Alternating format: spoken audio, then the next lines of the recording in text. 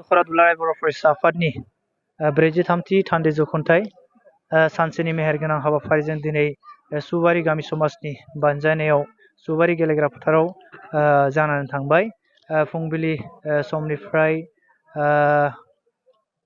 फिरफिला बिरहोनायनिफ्राय होनायनिफ्राय जागायनानै मुंख्लं आरो बड'फानि सावगारियाव बिबार बावजेनगिरि महरै बाहागो लानानै जोंनि बिटिआरनि बारग' इएम आथिखालनि एमसिएलए मानगोनां दावबायसा बर' सार बिथांनिसिमबो आङो दखरा एबसुनि जानानै साबायखर जासिबाय। लोगोसे मुंख्लंफोरनिसिम बिबार बावजेनगिरि उदालगुरि जिल्ला एबसुनि लोगो गाहाय नेहाथारि मानगोनां रमेश चन्द्र बर' आदा बिथांनिसिम साबायखर जासिबाय। लोगोसे दिनै हाग्राबारि दखरा एबसुनि बेन्दोङाव थानाय मोन 47टा गामिनि गासै 1200 थान्दै बिथांमोना बाहागो लानानै दिनैनि जि गोथार थान्दै मेल बेखौ जाफुंसार खालामनायनि थाखाय आङो खाग्राबारि दखरा एबसुनि जानानै गोसो गोरबो सिंनिफ्राय रोजा रोजा साबायखर जासिबाय।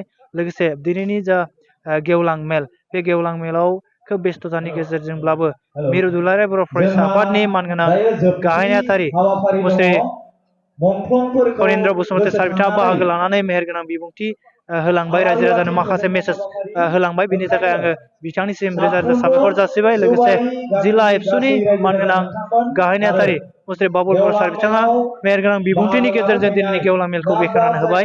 लोगोसे दिनैनि बे जि थान्दै जख'न्थाइ हाग्राबारि दखरा एबसुनि बेखौ मेहेरगोनां खालामनायाव जोंनि ओनसोलनि मेलेमजिबि सानसुमै लोगोसे गंफ्रोमबो गामिनि आफादगिरि नेहाथारि रायजो राजा बिथांमोननिसिम जि मुवा बेसादनिफ्राय लानानै राङारि मदद होनानै दिनैनि हाबाफारिखौ जाफुंसार खालामबाय। बेनि थाखाय आङो दखरा एबसुनि जानानै रोजा रोजा साबायखर जासिनाय थाबाय।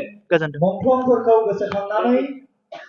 दिनैनि जा हाबाफारि बे हाबाफारिखौ खोब मेहेरगोनाङै खुंफुंना होनायनि थाखाय सुबारि गामि समाजनि आफादगिरि नेहाथारिजों लोगोसे गासै रायजो राजा आरो बानजाय आफादनि मानगोनां आफादगिरि केशब चन्द्र बर' आरो लिमथुमगिरि धर्मेन्द्र बर' मानगोनां बिथांमोननिसिम आरो गासै टीमनिसिम आं साबायखर जासिनाय थाबाय।